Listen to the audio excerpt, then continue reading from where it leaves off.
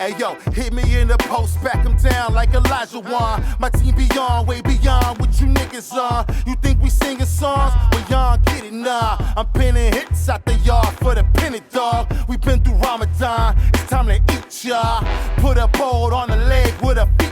A different creature, born a street tree, bruh. Begging no partners, a record, force of nature. Bitch a bake you like a bum for the cake, bruh. Make no mistake, this here ain't out of anger. Danger, ha, the hillside strangler. Fucking y'all range, what's up? We stay killing cuz. You suckers changing faces, my niggas smoking aces. We the hottest in the field, chill like Oasis. This ain't no new shit, your boy been true to this. Mac came through with the pack, now let's get it. Let's go. Yeah, real intention does real things. Check the flow that the Dangerfield brings. Yeah, Habilius and C3, E Cannon, Ty G, and Mac, that's MC. Yeah, real intention does real things. Check the flow that the Dangerfield brings. Kick back, relax, let your mind go free. You're listening to the sounds of the IDP. What kind of things you into? You into sports or? Used to be into sports. I like to read chess. I like to play chess. Oh, you good at chess? I'm okay. You turned around. Yeah. No, you turned around when you heard chess. Yeah. I used to be better than because I just don't play consistently like I used to. When he's let me know. Right. You play chess? Yeah. That's what I thought. I love chess. Yeah, I do. Yes. Immediately, the answer is yes. Since 12. So that's how long you've been playing? Since 12, yes. How long you been playing? About around the same time, since 12. Same story? Earlier? Later? No, later, yeah. Probably 10 years I've been playing. I think it's important if you're trying to be successful in anything. You gotta be able to think, how one decision might lead to something else. That and plan game how that's told me going. life. You need that game. That game is yeah. It's deep when you really play. Like, I can apply this to anything. Yeah. All right. Have y'all seen that Squid Game? Oh, I was going. See, we was on the same page. I was already thinking about that. Are we really talking about that? Yeah. Yeah. I'm gonna talk about it and not give away anything. Okay, because I'm on the very last episode. I'm on episode 8. I'm on episode 3. So you can't talk about anything. No, don't even hear. Let's just let it slide. No, we gonna speak on it just because I think it's. So have you seen any of it, or do you even know what I'm talking about? No idea. I know you got Netflix. I was just gonna say. So if you have Netflix, there's a Korean series called, what was it? Squid Game. Squid Game. Okay. So there's 3 in particular, and this is 1 of 3. There's another one called what's the name of it? Alice in Borderland. Okay, I haven't seen that. And Battle Royale. Oh, I haven't seen that either. So what these premises are, they're like games, and you can win money. But obviously, since it's a series or a movie, you probably, if something happens and you don't win money, you're probably paying real heavily. Yeah. With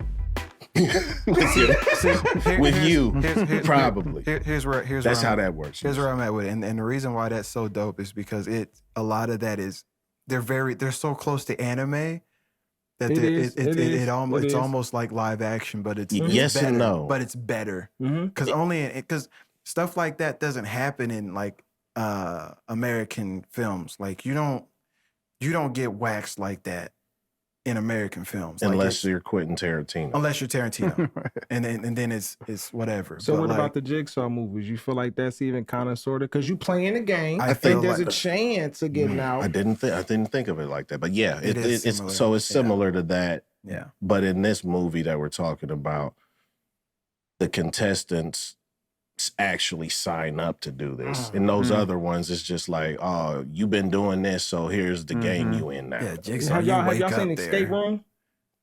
I believe so. That's not a new one, is it? They just dropped Escape Room 2. New movie, yeah.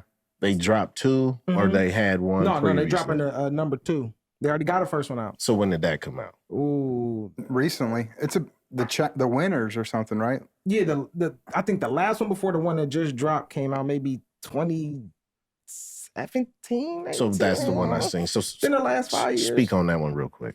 So it's basically like, have you ever did an escape room in real life where they put you in a room and you got to find all the clues? No, but I know what you're talking about. Okay, so it's like that. It's the same thing except you will have to pay with your life, basically. So like, let's say they might have a room where you're in a room and above you, the whole top of it is like the top of the inside of an oven. You know how like it's all, Whoa. I don't know what it's, the little coil thingy, the little coil thing. Coils and...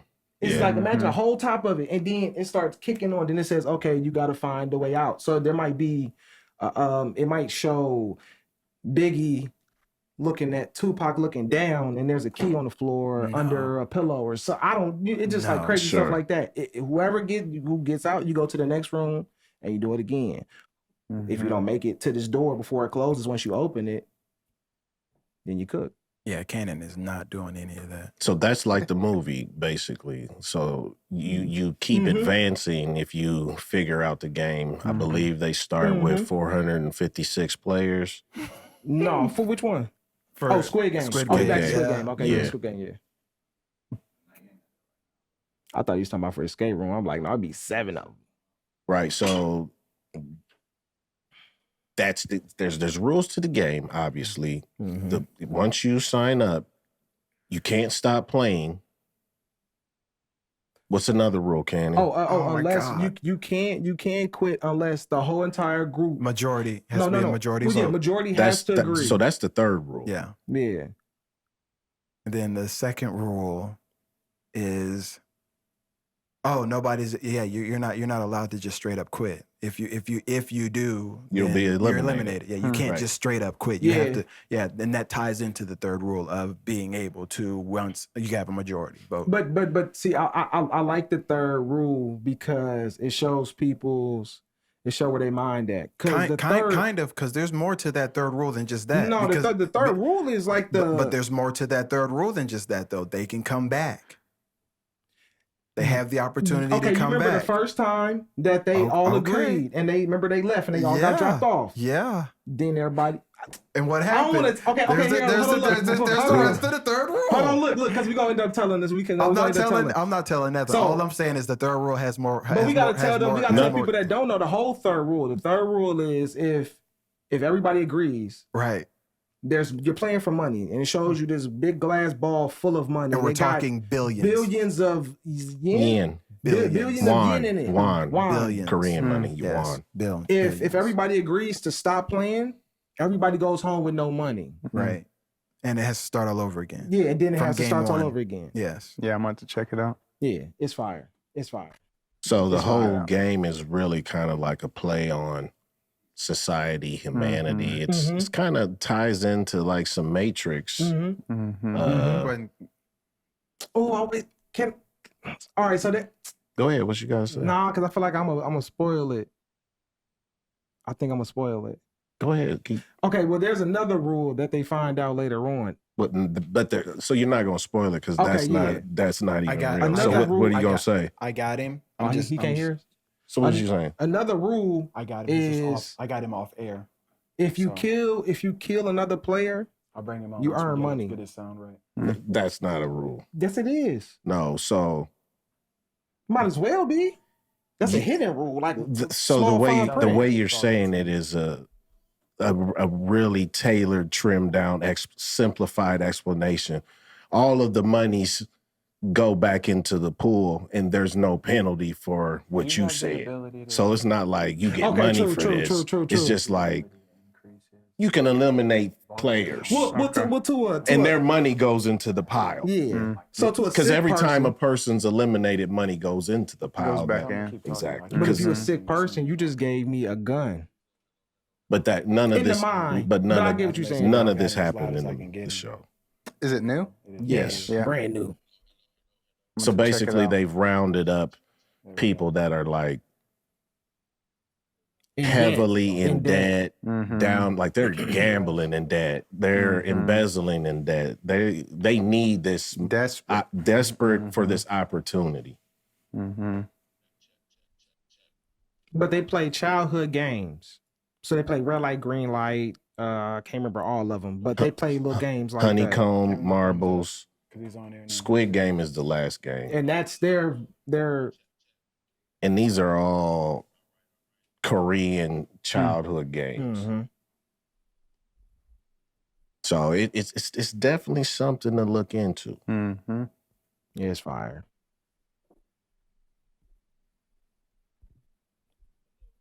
Hey, Yo. Biz, can you hear me? I can hear you. All right, good stuff. Yes, I can. Can you hear the rest of the guys? All right. All right. How's everybody doing? What's Yo. up, man? Good. I guess we all decided to wear black this evening. Hey man. Hey man. Hey, that's how it works, Hey, man. you know, that's how it is. What you That's over how it there is. We eating stay chicken locked. You know what? Don't say nothing to me about chicken.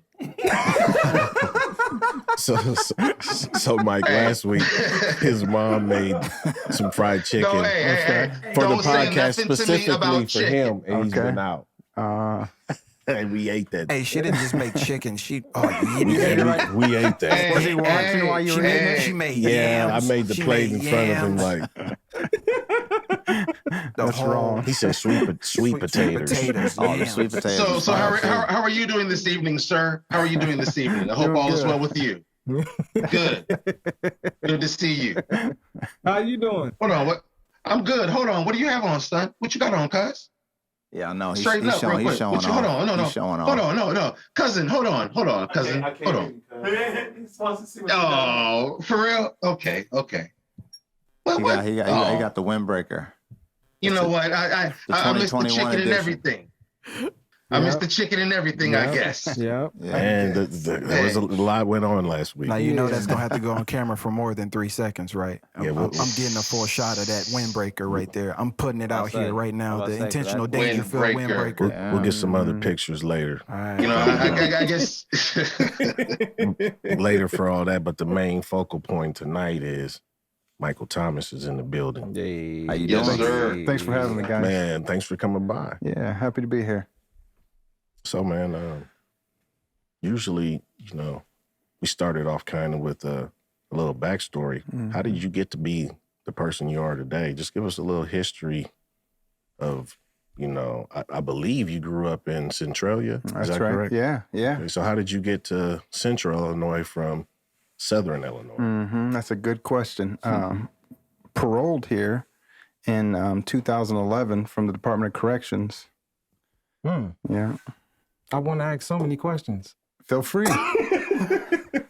Can you talk about what led you to that? Yeah, man. So growing up in Centralia, just a lot of crime in the streets, drugs, alcohol, had me in the grips for years. I kept going in and out, and the last time I was down, I prayed for the first time ever. God, if you're real, show me you're real. And he just began to open up doors and brought me to Springfield, and here we are. So when did you come to Springfield? 2011. Okay. What's the difference between, or do you see any difference between Springfield and Centralia? Yeah, absolutely. I mean, just size-wise, the opportunities have just been endless. Back home, it's just a small, almost rural area, so there's not a lot of jobs.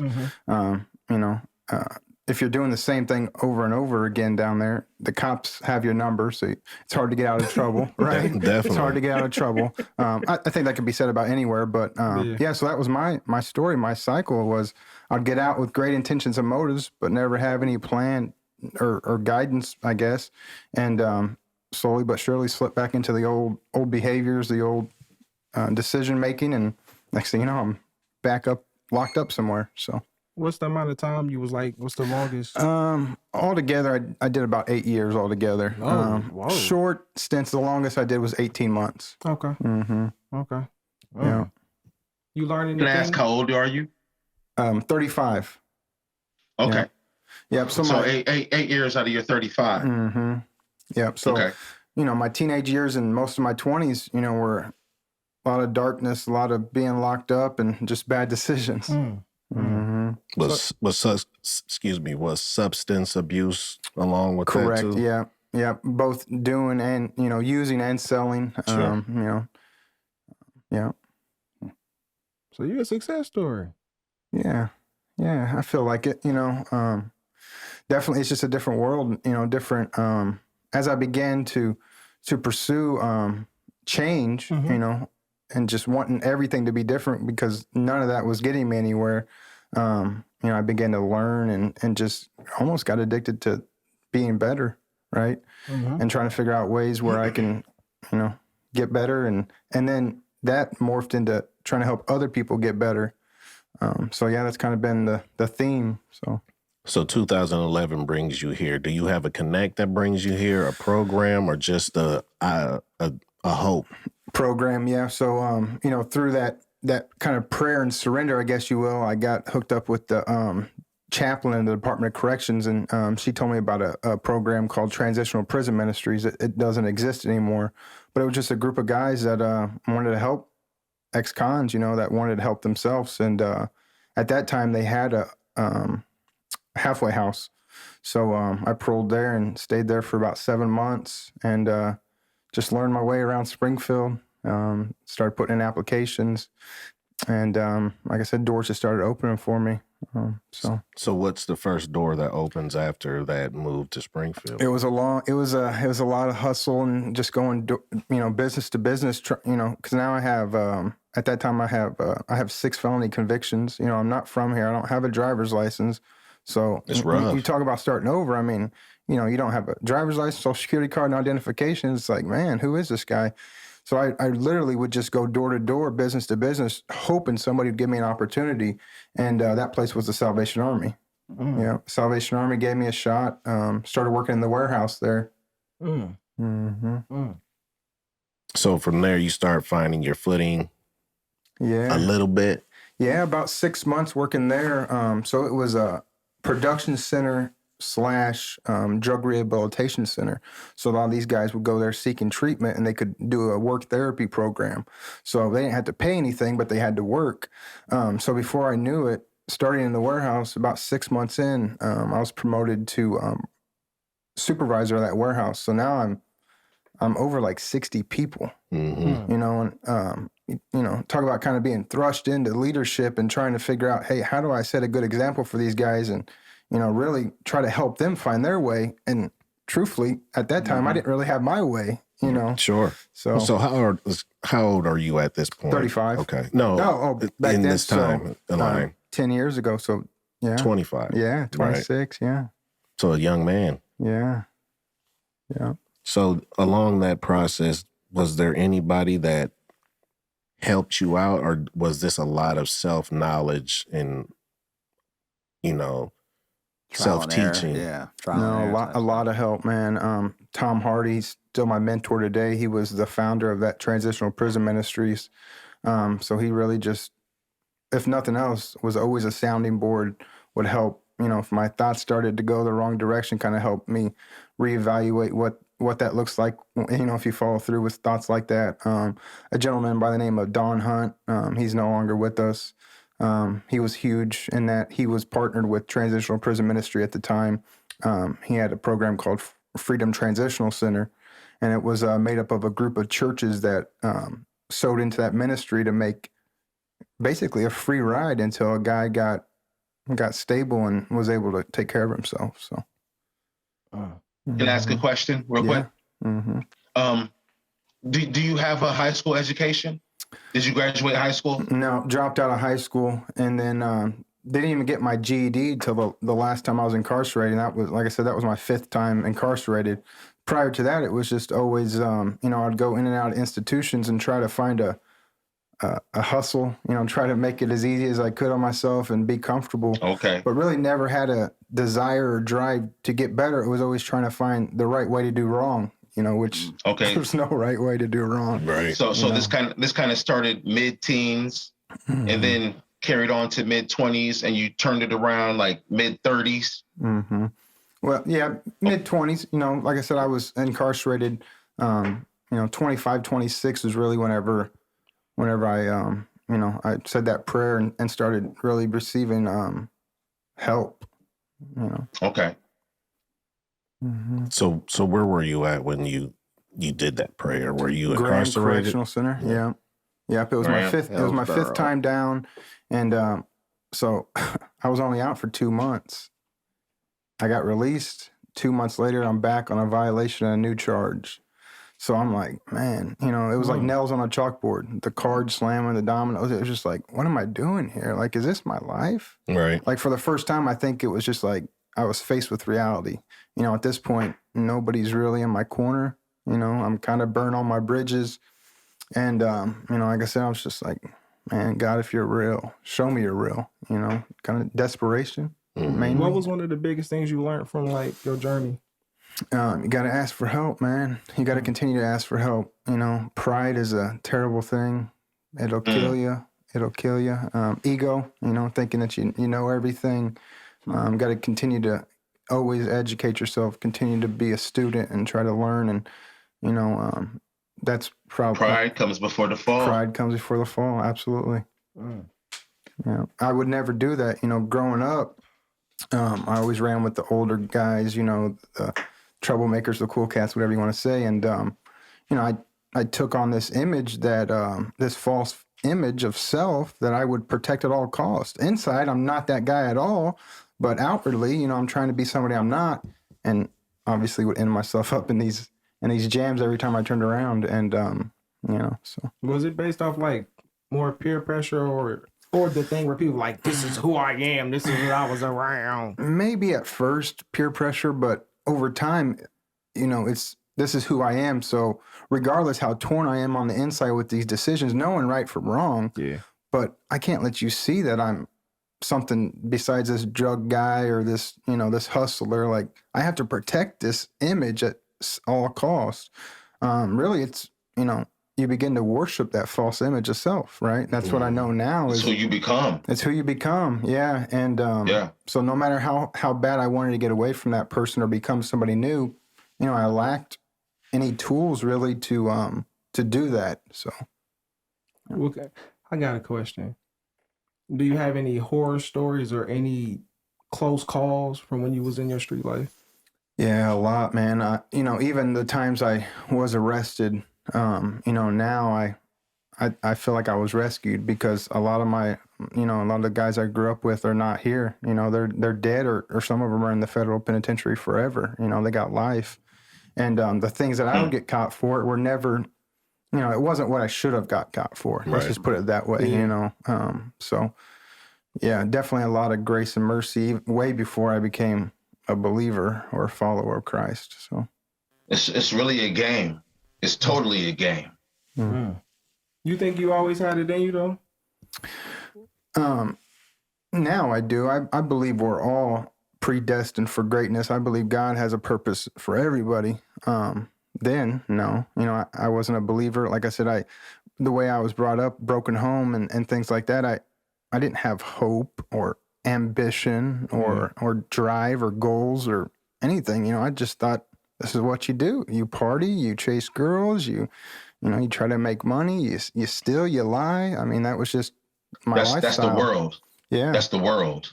Yeah. That was the world has a way of sucking you in. Mm-hmm. You know what I'm saying? And you find out and like KRS said, you know, you learn to love things and love's going to get you.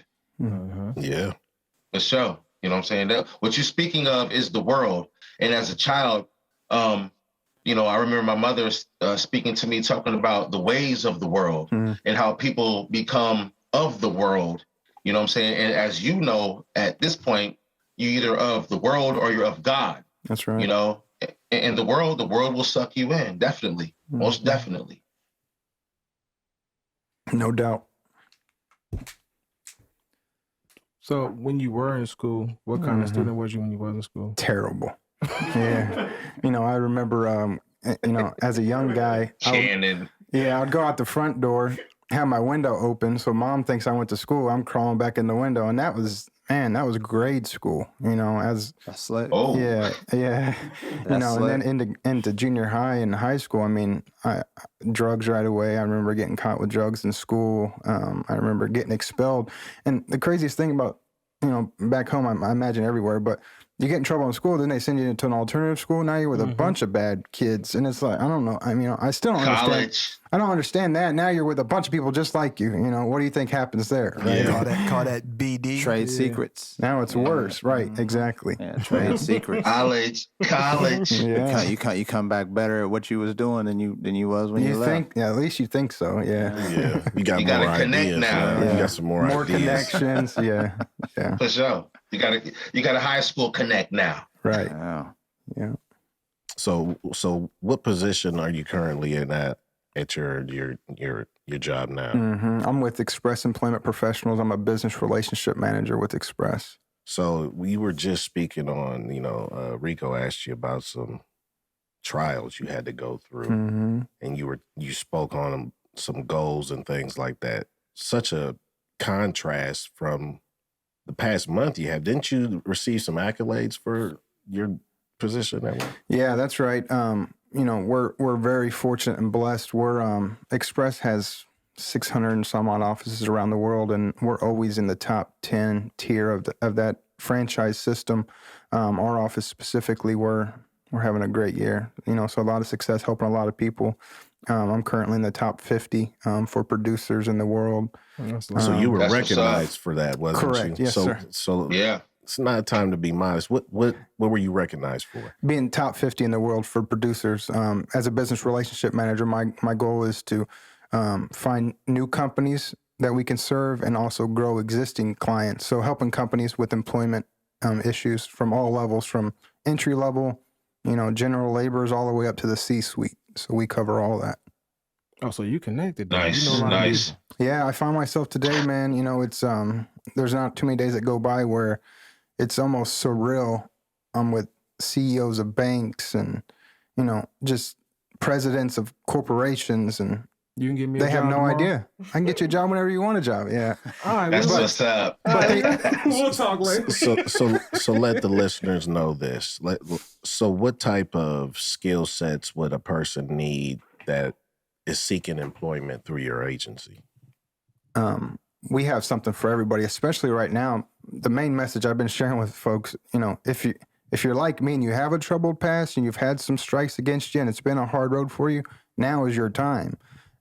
Now like never before, companies are so desperate for help, and they're willing to look the other way if you don't have a high school diploma, or you have gaps in your work history, or you have felony convictions. So now more than ever, it's a time for people such as myself that may have had a troubled past that are looking for a chance. You can get that chance. Looking right for now. the hustlers. Mm-hmm. Looking for the real hustlers. Looking for Just people that ready want to work. Yeah. People Yeah. that just want to work, man. That's what it boils down Yeah. to. Yeah, it really is. That's what it boils down to. I have companies every day tell me if they can show up and they got breath in their lungs, I'll give them a job, and that's coming from business owners, and they're serious. Pre-COVID, a lot of companies in Springfield would not hire you if you had a conviction or what have you. And so much of that's changed so quick. Not just the requirements and the qualifications, but the pay rates. Most of these companies are paying $14 and up now. Minimum wage is still, $11. Muy importante. Yeah, so it's a great opportunity if an individual wants to go to work. So what's your favorite part about what you do? Helping people, seeing people that may have not had a shot or an opportunity to get one. I had an experience yesterday where I go to Family Guidance Center every third Wednesday of the month and speak to the group there. And a young lady I met a month ago, she was homeless, struggling with addiction, and just didn't really see how things were going to get better for her. Well, fast forward a month and a half later, she's working at one of my clients. I got to interact with her yesterday, and just seeing that in her eyes, like, you can't beat that. Like seeing somebody else succeed, seeing somebody come from nothing to something, like, that's the high for me today. That like growth. It's just incredible, because I feel like a person that has had to get success the hard way really appreciates the grind, really, really values the struggle. I know I do. So that assist to the bucket, that win. For sure. Yeah. I mean, it sounds good, man. I feel you. I think we were speaking off mic. Maybe we caught some of it earlier, but we were talking about you read a lot, right? I do, yeah. So what's some of the last couple books that you've read, and how could that kind of help our audience? Really, the last couple years, honestly, author named Patrick Lencioni. He's got several books. Ideal Team Player is a great one. The good thing about Patrick's books are they're all fables, but they're so deep as far as the takeaways from them. I'm reading one now called Getting Naked. So that's the title. And it talks about being vulnerable and transparent with your clients. So whatever service level you're at, whatever product you're selling, that's how the connection's made. It's not, you can be as slick and smart as you think you are, but to make the true connection and have a lasting relationship, you got to be real with your client and tell them the truth at all costs, right? I get that. I get caught in the social media loop as well. But there was an Asian, I want to say he worked in the advertisement field and he helped businesses solve problems, I guess, Sure. right? So that was his thing that really stuck out to me, how he was speaking to his client. At first, it was like, wait a minute, how are you talking to a person that you're potentially going to, take a bid from or put your bid in about whatever like this? But this is what he said. Literally, he dumbed down all, like you were saying, he dumbed down all the semantics and the formality of things. And he said, what's your budget? Yeah. And it was a genuine question, but when you're a hustler, you want to conceal your budget because you're hustling, right? So what's your budget? So, okay, if you're in this price range, this is what my skill set and talent and my background is worth, and I can do this. And this is what I normally charge, this number. If you want something with this right here, then we can work together. But if not, then I'm going to have to not do this business with you. It's called honesty. Knowing your worth. in that sense. Yeah. It's just being honest. Yeah, it's so important, the flexibility in that. And then too, depending on who you're against, your client, your potential prospect, if it's a CFO, that's all they're thinking about is that bottom line or that budget, right? So if you get right to the point, they're going to appreciate that. Now, if it's the HR person, you're talking about budget, they're going to go haywire because they're trying to save money and, make sure everything is tidy and there's no laws being broke. But yeah, so knowing your audience, I can appreciate that guy's style, right? So. But so we were still speaking about books and stuff, but again, audience, the casks keep getting better. Mike brought gifts, and he brought food for thought, y'all. He brought some books. The one I'm holding right now is John Murphy, The How of the Wow, Secrets Behind World-Class Service. What do you have, Rico? What is it? The 1 Minute Manager. From that Ken Blanchard. Yeah, so sharp. He's so sharp. So I miss chicken and chicken soup. Yeah. Unfortunately. Hey man, October is Hey, I'll be back next week, yo. This is spooky. That'll teach you. Hey, Rico, keep my seat warm, fam. As an aside, I'm just happy we can actually see you this time. Yeah. You upped your game on that because you was all Barry White last week. You got the light on today. Well, hey, as Cannon said, I'm now in the studio in my house. Last week I was on the couch, watching a little TV, which we remember we almost got sued for that. Yeah, I know. Shotty keeps me in line. I cleaned it up. Don't worry about it. I got it out of there. Yeah, he's the legal. I'm the judge. You know what? I'm the judge. Hey, most people would think I'm scared of you because it's Shotty. Hey, for me, it's Shotty. Man, yeah. The books gotta be right. Hey, me and you can talk it out. Hey, you and I can talk it out, cousin, but for me, it's Shotty. He stays on my heels, and I appreciate it. I was just talking to C3 about something earlier, and I said, I think it's better if you talk because I can't always stop my coach speak. Like last week when I was like on the text, because I didn't have time to really go in any words. I was just like, stop it. Yeah. We need you here. Hey, ain't no extra words for that. Stop playing. Let's go. Like I said, I appreciate it, man. I appreciate it. Hey, if ever I come to a podium and I have to give my thank yous, it goes CHADI. MC. .com, by the way, .com. Give it to him. Keep hustling. Thankless plug. So you married, correct? I am, yeah. My wife Rachel, we've been together 7 years, married just over 3 now. My daughter Adeline, she'll be 3 in November. So yeah, my wife's great. She's a small business owner, 4th generation jeweler. So she makes handcrafts, all of her own jewelry, metalsmith. So yeah, it's pretty neat watching her grow and have her experience and journey in life. And So she was a lot of motivation for you too. yeah, back and forth. You know, Yeah. she's all about getting better too. So it helps to complement for sure. You know, we don't let each other sit around and be lazy and yeah. So, Now you said 4th generation. Can you speak on generational wealth? yes, generational wealth. Yeah. So you know, I think about, you know, you can leave money behind. You can do all that. That's great. That's fine. But you know, really making a difference for my kids and maybe their kids' kids. You know. Yeah, that's perfect. My wife, her granddad was a jeweler, you know, her dad, his dad, and now she's a jeweler. So just seeing that, you know, and yeah, it's so important to be able to pass it on, you know, impart that wisdom and try to make a difference for other people that need it. So You know how to make a couple bracelets too? I don't know how to make it. No, I'm not gifted or created in that way.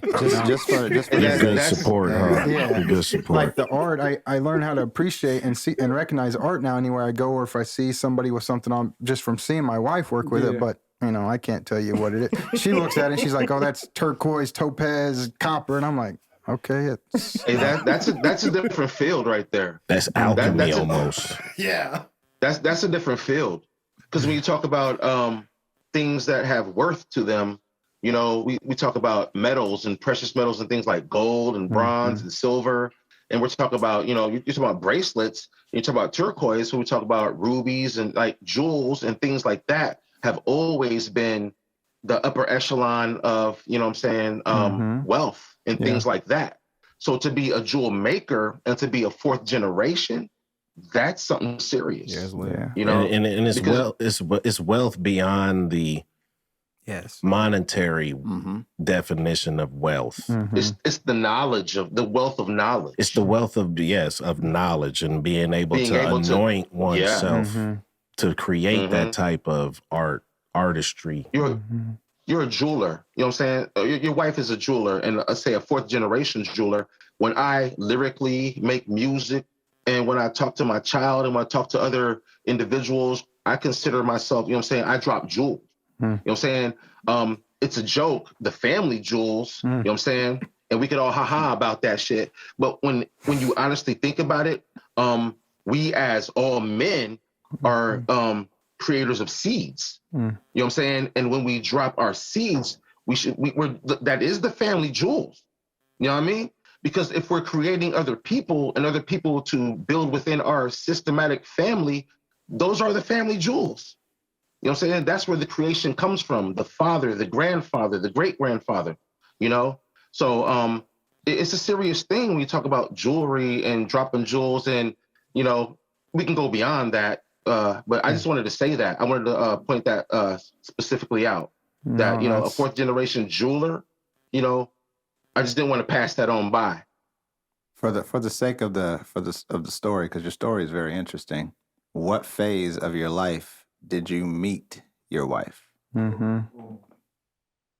I had just actually came out of a pretty toxic relationship, and I was not interested in meeting my wife. You know, I was focused on me, and you know, I had goals, and I just couldn't see how anybody was going to come along and help in that.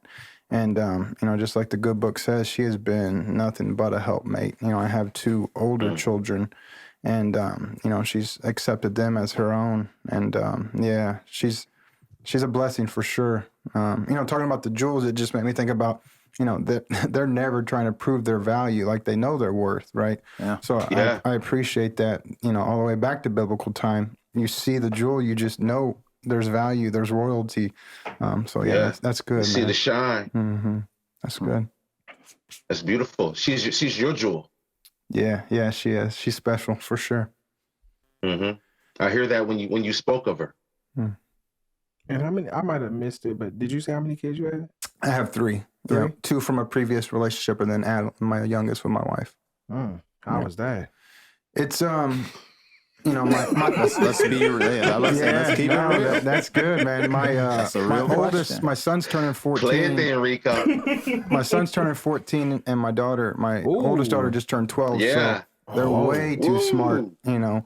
And so there's friction and conflict from time to time, you know. And my wife has just been great. I shared, you know, she's accepted them right away and just been so good in that regard. They haven't always been, you know, as kids, it's tough, right? I remember that as coming from a broken home, you know, stepdad or stepmom was always, you know, being pushed away. But, you know, we're at a season in our life now where I'm just going to love them.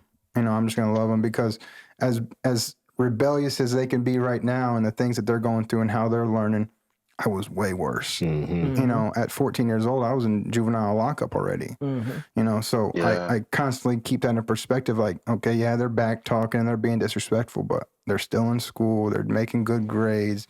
You know, so there's hope. There's hope for sure for them. So. Are they aware of that fact? My past? Yes. Oh yeah, absolutely. Okay, that's important. I mean, it really is.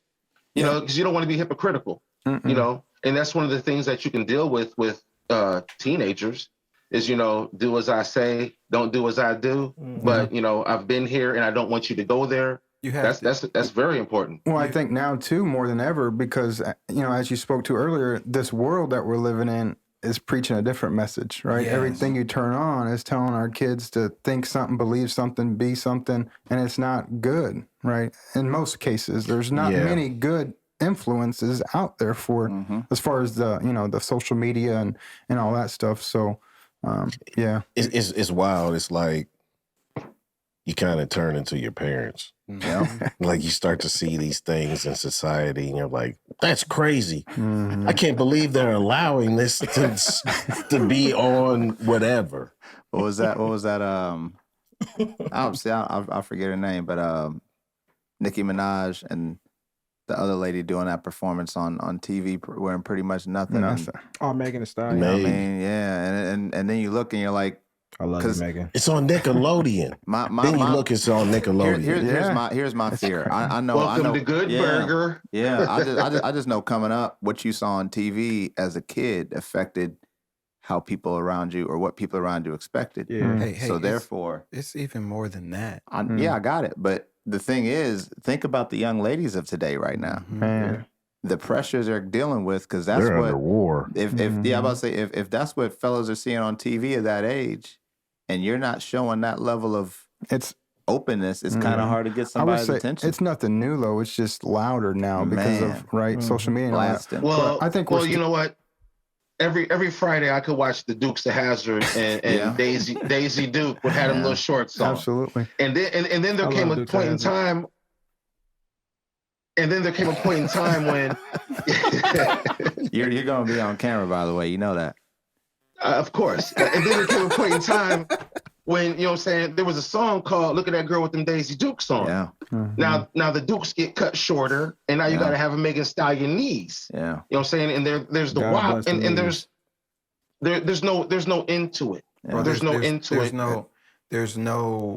There's no time at which it ends. It's in their pockets. It's everywhere. I got home today. No, it only gets worse. Man, TV used to shut only off. Get to Sonic. It doesn't shut off. There is no. Real. Do you remember when TV used to shut off? There's no off switch. This is free dopamine as long as you want. Everywhere. Yeah. Hey, it's an identity crisis. Adult Swim. Kids get out the pool. It's Adult Swim. I think, you know, again, it's nothing new, but it's all louder right now and it's everywhere. It's you know, it's an attack on the kids for sure. But, you know, I've became awake to the fact that it's an identity crisis and they're after the man, right? They want the man to be the woman. They don't want the man to take his rightful place in the household or in the community or be a leader. They want him to be a follower, and it's just sick. Talk to him. Sick. Talk to him. Me and Habilius have obviously we have a text group amongst our podcast, but me and Habilius shoot stuff back and forth all the time. And man, it's constantly like finding examples of like, look at this overreach of everything. everything of like just emphasizing the demasculinization of the man. Bingo. Yeah. Immediately. Like for example, it's just so like, it's so like nonchalant. It might be like a Nestle Crunch commercial where it's a guy and a girl sitting on the bench and she's talking about the Nestle Crunch. And like one of the only things the guy even says in this 20-second commercial is, I've been friend zoned. And I said, what? No. Yeah. Where'd that yeah. Like, that's just like, that's an example of showing his place of being lesser to the woman in the commercial. Just in case you didn't know, he ain't kicking it with her. They not together. But all along, the media is telling us that it's vice versa. That there's an attack on the women. It's not real. It's not real. There's an attack on the man. And I love the women, right? But it started way before any of us were around with Adam. God didn't say, Adam, why'd you listen to Eve? He said, where are you? Where are you? Right? So it's been going on ever since then, where the man can't figure out who he is, so he falls for all these tricks and schemes and continues to degress into something that's not even identifiable anymore. No characteristics of the You got to man. know thyself. Yeah, and if you think about it, it's really taking the natural order of things and mixing it up. It's saying C comes before A. You know what I'm saying? And then saying that rides. That's what it is. It is. And like, I'm not saying that this is that, but when does a boiling frog know he's boiling? They say at the end of civilizations, it isn't the war or the money. All of that happens, but the real breakdown, as Mike started to, or has said earlier, is the foundation of the male-female gets blurred into one, and there's no structure. So confusion. There's no order of things. And this whole system is based on an order. That's why so many things make up one thing to happen. Your decision, your thoughts can change so many different things, even though it's one decision you're making currently. The bigger picture is it's a butterfly effect. Absolutely. True that. I'm not gonna touch on that subject. I'm gonna let that live. No, what was you gonna say? I don't even want to talk about Go it. on, man. No, that's what we're here for, man. Man, So that's what say exactly what you were going to say. This is IDP, and the D stands for Dangerfield. Talk, Rico, talk. You say exactly what you were about to say, sir. I don't know. I gotta. I don't know. Like I don't really be arguing with people really on Facebook, but like when they had that post about the if a man ain't paying, I'm not going 50-50 with no. Yeah, I saw that. Did you see what Grandma said to me on the book? No. All right, so No. so I shared it, and I'm a blur it out. But I was like, all right, if I'm paying 100% everything, if I stay, Yeah. Blurt it out. Yeah, he went ham, didn't he? Hey. He's gonna put it this way. You're gonna need some things, right? yeah. I said so. Basically, what I was saying. Yeah. So basically, what I was Nothing's saying free. was, it was kind of like that. I'm like, if that's the case, then you literally I'm gonna need showing some me what your worth conversation. is. Like, literally, like you're showing me what you can provide for me. Is literally, they think they need to be paid to do womanly things. Yeah. I would go a step further. Regular Before things. that, why is that even a thought? A real man, listen, my woman, if she wants to, she should be able to contribute or chip in. But I'm the man, right? I'm supposed to be providing and doing. Yeah. So, where's that thought even come from? It was kind of like a I said something because it was like it's a tag too on like the younger dudes. It's like I think I'm 90, I'm 94. Maybe 90 is the last of probably 94, 95 is the last of like my era, my generation. 96, not really. It's like the young dudes is really believing that like that's what it is. And not to like women like my grandmother, not women from back, we talking about women of today. If you fall for that and you pay for everything, era. you pay for everything, it's good. It's good you paying. But the whole time, she listening for that nigga get it back. She sitting there pocketing all the bread, waiting. She said, yeah, I'm close to 200,000. I'm finna get on the bike. And that's a generation of what's going on, in which like the dudes have to basically submit and like bow down more. That's not happening. Never. All listeners, male, I don't even know if we have female listeners. Richard Cooper, he has a book, and that's what you need to go get. That's going to simplify your whole process through all of this stuff. It's, put it like this, dating, life with men, women. Nobody knows what they're doing. But there's a few coaches out here that got a couple playbooks that kind of, it's, put it like this, all games are different, but it kind of explains some processes that the other players are thinking, that they all are thinking. So the Unplugged Alpha is the book. If you go to Audible, you get a free, just a free login, a free one book download that one. That one. Listen to it 5 times. Oh yeah, I need that. Hey, say the title again, cousin.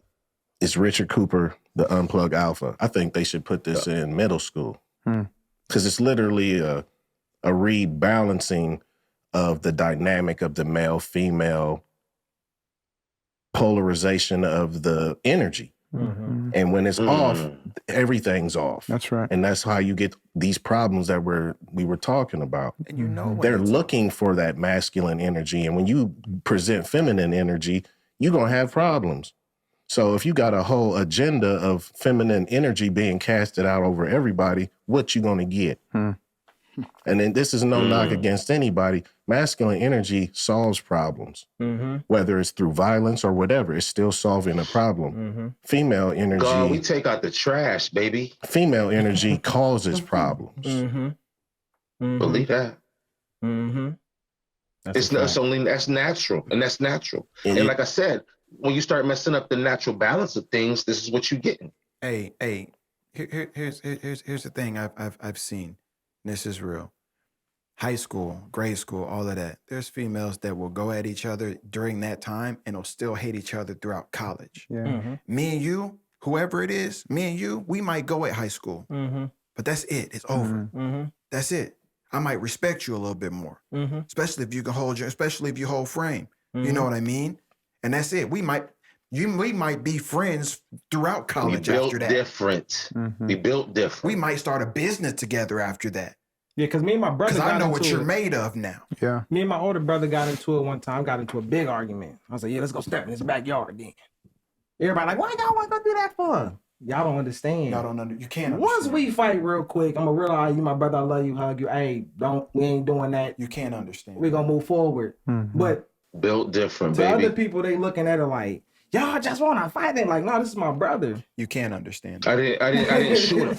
Yeah, I didn't shoot him. We finna go step in the back real quick. I'm tired. We you tired. need to do this. Yeah. After that This is- conflict, change happens. Yeah. That's right. I shake hands with people I done fought years ago. We have a great report. What's up? What you on? You good? Me too. You can't understand it. But as long as there's the disorder and the chaos in the world, there's no solution, right? Yeah. There's just continual chaos and disorder. It's never satisfied. They just have to keep pouring more and more into it. You know, thinking about the school now, there's this critical race theory. Oh, man. So it's speak like- on that. What is that? You know, I'm not knowledgeable, I wouldn't say on it, but I've done a little research, and they're just going back to trying to rewrite history. History is what it is. You know, it's unfortunate that the African Americans, you know, were persecuted and enslaved, all that stuff, but you can't rewrite history. If we start rewriting history, if you look at the fall of other nations and Rome and all that, that's what they started doing. They started tearing down statues, rewriting history, and next thing you know, the fall happens. You know, we're seeing it happen now. But so, like I said, I'm not totally up on it. I don't know everything about it, but I know it's real. I didn't believe it at first. I'm like, no, they're not doing that. They're not rewriting history books, but they're sure enough trying to. And if you do that enough over time, history will be rewritten. Because it's well, you can't learn anything from it. This is some conspiracy talk, but like every 85 years, a guard changes, right? So it's like those people aren't around any longer. They don't even see So it. the people that were What do you around mean them by aren't a around. guard, cuz? The guard of the people that are on Earth, right? So the people that can remember what just happened in their lifetime. So like you have no knowledge of our grandmother's lifetime besides what she told us and what we can see documented, right? Okay. So at some point in time, when let's say I make 85, we make 85, the people that are 12 will never know nothing that we talking about. Like it's already, so I'll use this example right now. Theo and our kids won't even care who Jordan is. Correct. Because LeBron will be that Jordan. Crazy to think about. Hey, no, but you know what's funny? I'm sitting there with Theo today, and he's at his grandparents' house, and he's kicking it with his uncle, and he was like, I'm putting his shoes on, and he was like, I love J's. It was funny. And he thinks they're shoes. That's right. it. Yeah, You know what I mean? of Michael Jeffrey. I hear you. Okay. That's good. So like those type of, there's plans for that. There's planning in that. Yeah.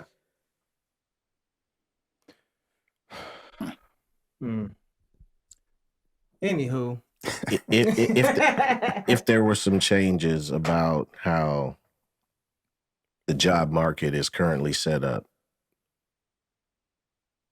what changes would you make, or are there? Is it like you said? It's a market right now where you can get a job. It's an employee's market. It's a job seeker's market right now.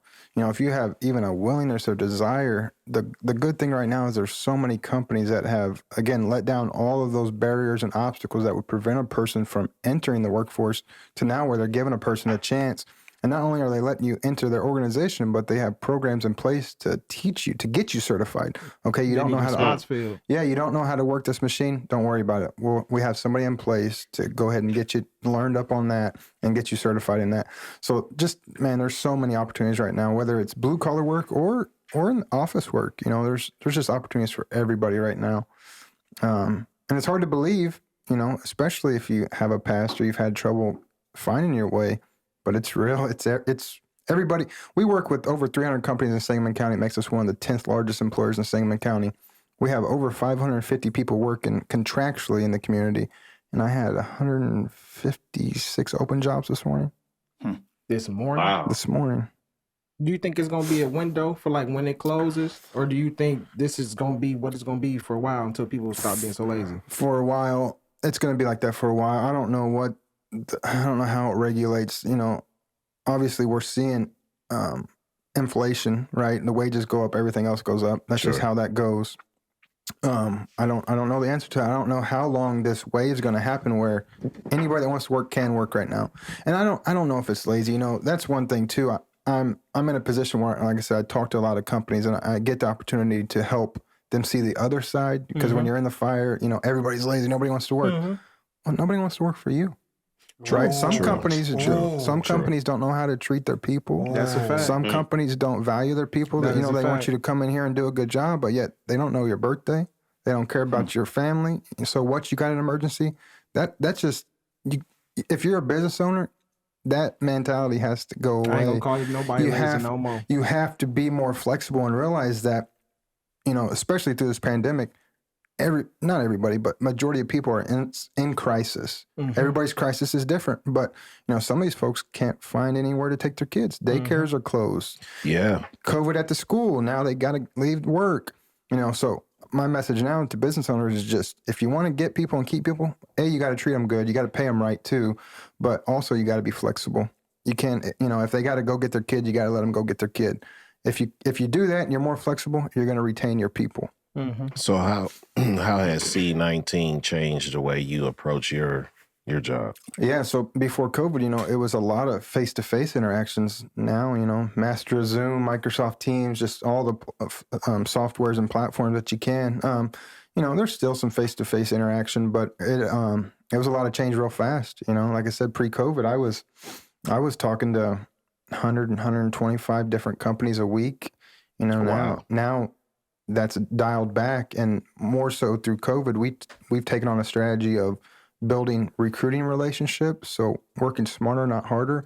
So, back to the Salvation Army, I've served on the board for about 10 years there now, and I do a lot of work with other non-for-profits in the community, the Outlet, Mercy Community, just different non-for-profits. So, they're already trying to help people. So when COVID hit, we immediately pivoted to where we know there's a lack of people or people that are work ready. So who has people? It's these agencies that are trying to help people. So we just came along beside those agencies, and it really made a huge difference for our workforce and ultimately for the companies we serve. How did any of y'all feel about the Facebook shutdown? Where were you when Facebook shut down and Instagram? You know what? I thought it was like I was trying to upload some stuff for IDP and it wasn't working. So I was like, okay, so I'll switch from Facebook. Because usually I do Facebook first. So I went to Instagram and I was like, man, my internet's whack, or my Wi-Fi is. So I killed that and went cellular, and it didn't work. Crazy. I left the house to see if it was just Your house, a cloud over or something. Is it me? Yeah. I thought I got hacked because it logged me completely out, and then when I went to put my code in, it was like error. I'm like, error, because I was gonna go live that morning, which is so. I was literally finna go live. Facebook error. Yeah, I was just like, whoa, like. What happens when social media shuts down? Like, what? I don't think How that's does the that question. How does that feel? I don't think that's the question. That hurt my feelings. I think the question is what happened We read the while social media newspaper. was shut down. Ooh. What happened while social media was shut down? The Matrix reset. So what do you think, Candy? You said that with such confidence. I didn't even think like that until you said that. Now That's 4D. Yeah. There's a lot of political things going on right now. A lot of football dropping out here right now. fumbling. Fumbling going on right now. And I think that Curtain, I think little peek behind the curtain. Yeah, how do you get 3 billion people's attention off of whatever they're doing? If there's a big enough fumble, how do you make it so nobody? If a fumble happens in the forest and nobody sees it, is it a fumble? So, I'm gonna leave it at that. Yeah, it was pretty ironic that the night before on 60 Minutes, there's a Facebook whistleblower. Go ahead. Yes, Go yeah. ahead. So I don't know. Go ahead. Yeah. Talk. Right Go ahead. before. Go ahead. This is why we got him. I'm here for this. And some, one side saying that it was all part of it, the other side saying something else. The lady, right? The lady came on and worked for Facebook for a time, and then she left, and she was basically exposing Facebook on how they're more worried about viewership than safety. So how they would intentionally push out propaganda and controversy because that sells, Right. So was she telling the truth? Was she on it? Who knows? I mean, gosh, you can, you just don't know. But how ironic, right? All of a sudden, the day after. They were saying 14 hours or something after she was on TV. As soon as it came back on, as soon as the Facebook came back on, the first article that was on the top of my timeline was talking about how they were saying Facebook was selling people's data for on the black market.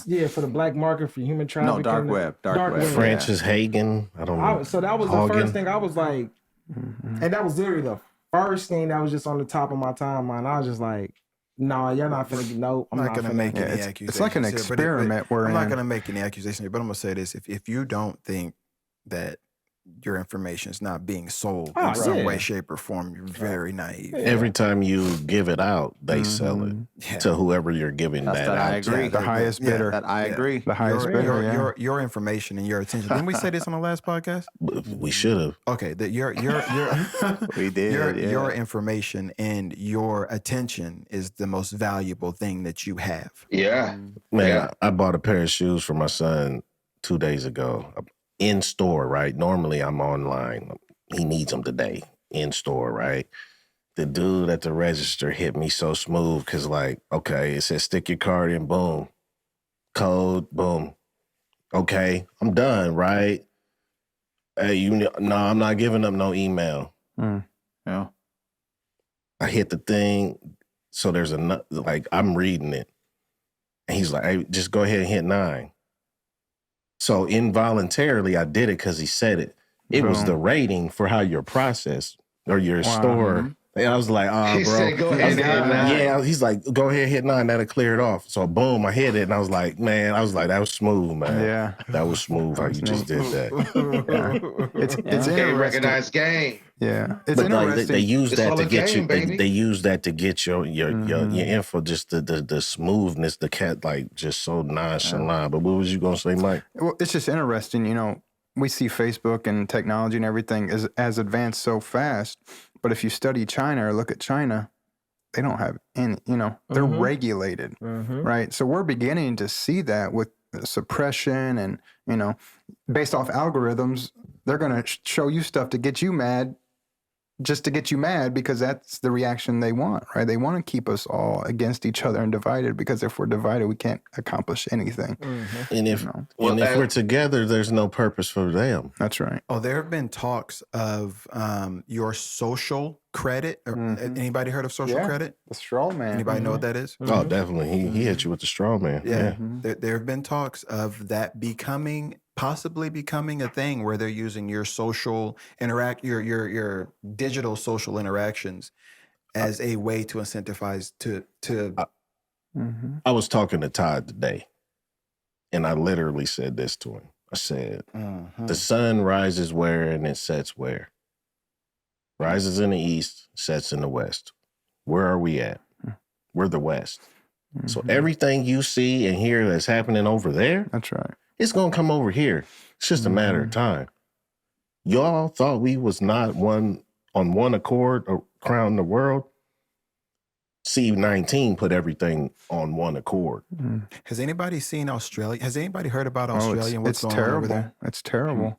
Speak on that. Oh, okay. So in Australia, basically half of Australia has dealt with COVID completely differently than the other half. One half of Australia is dealing with it in a way of, I don't know how else to say it, going back to prison state, I guess, where, you got people getting beat on the street, you got people going under curfew, you got people, they can't come out at a certain time because of COVID.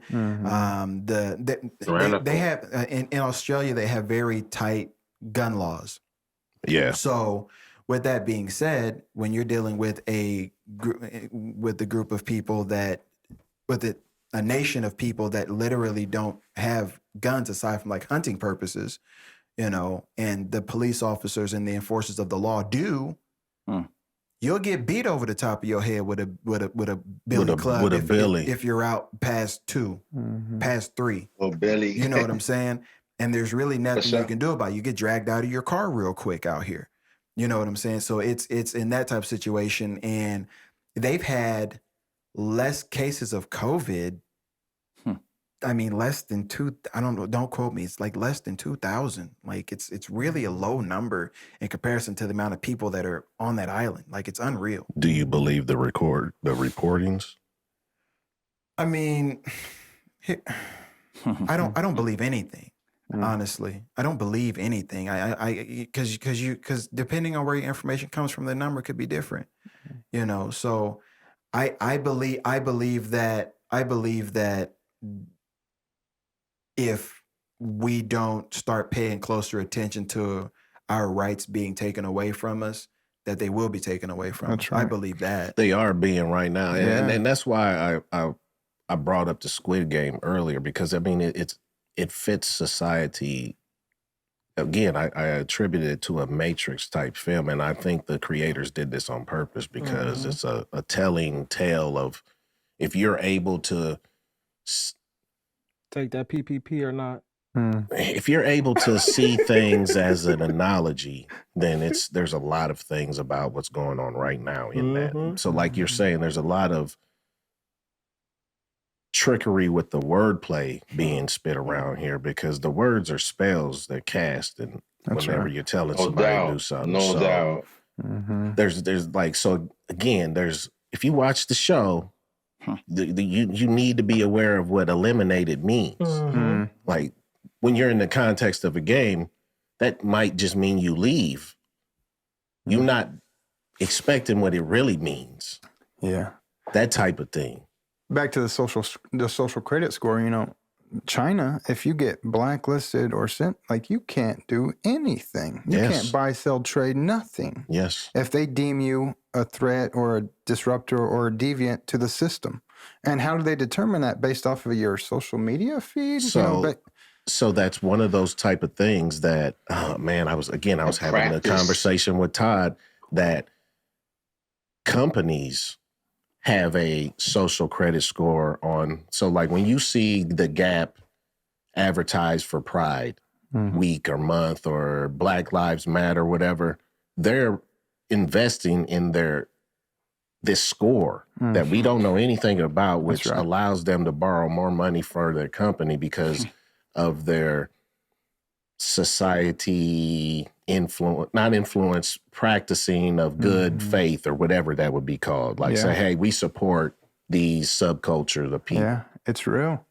Look, there's an actual name and scoring system for that. Yeah. How do you know it's real? Look what just happened with Nicki Minaj. She didn't even question, really. She shared an experience of a family member of her having some side effects to the vaccine. They tried to cancel her. They called her, a month ago, she's everything, and now you're calling her crazy and trying to get her to talk to a doctor just because she went against the order, which is really disorder, but it's the agenda, right? It's the, what they want you to think, say, believe, feel, invest in. So yeah, man, it's a crazy world. It's a big what social world, what world do we experiment. live in where you can't ask questions anymore? That's right. Social experiment. Well, I think you're fortunate to be an American. You're fortunate to be an American because many people can't ask questions about nothing. So you have an American experience that you're talking about. We can ask the question, but there's consequences that come along with that question. And there's a lot of social consequences that come along with that question. Well, the problem is right now, people can't even answer no questions and they can't even hold frame like they can answer questions. Yeah, you don't have an answer for me anyway. I was going to say, the gangster part is you can ask the question, they just ain't going to answer it. Right. They going in our country. Oh no, your social credit will drop. Yeah, I mean they just gonna sidestep it. In our country, that's a real thing. That's real right now. Yeah. Your social credit will drop if you ask the wrong questions out here. It's so hold on. It's all about scrutiny in our country. It's not even the questioning thing. It's you better not address those subcultures that I was saying that the government has decided they're going to fund. That's right. Because the baby done got canceled. Chappelle was just talking about it. If you who did it? Chappelle was just talking about follow the money. You follow the money. Yeah. You really begin to see. It's crazy. You go and you. It's all about It's all about scrutiny in our country. It ain't even real. You know what I'm saying? It's all about we don't mess with you no more, and I could convince everyone else to not mess with you, and that's all it is. It's all about scrutiny. Because when you look at leveling up as far as, celebrities and things and the humiliation, I don't really care about humiliation until I care about humiliation because I care about being on a certain stage. Yeah. So therefore you can control me by humiliating me, you know what I'm saying? Because you're doing it on a certain stage. Like when Snoop Dogg cries at the red table, that's he's a Crip, fam. He's come on. You got a Crip crying.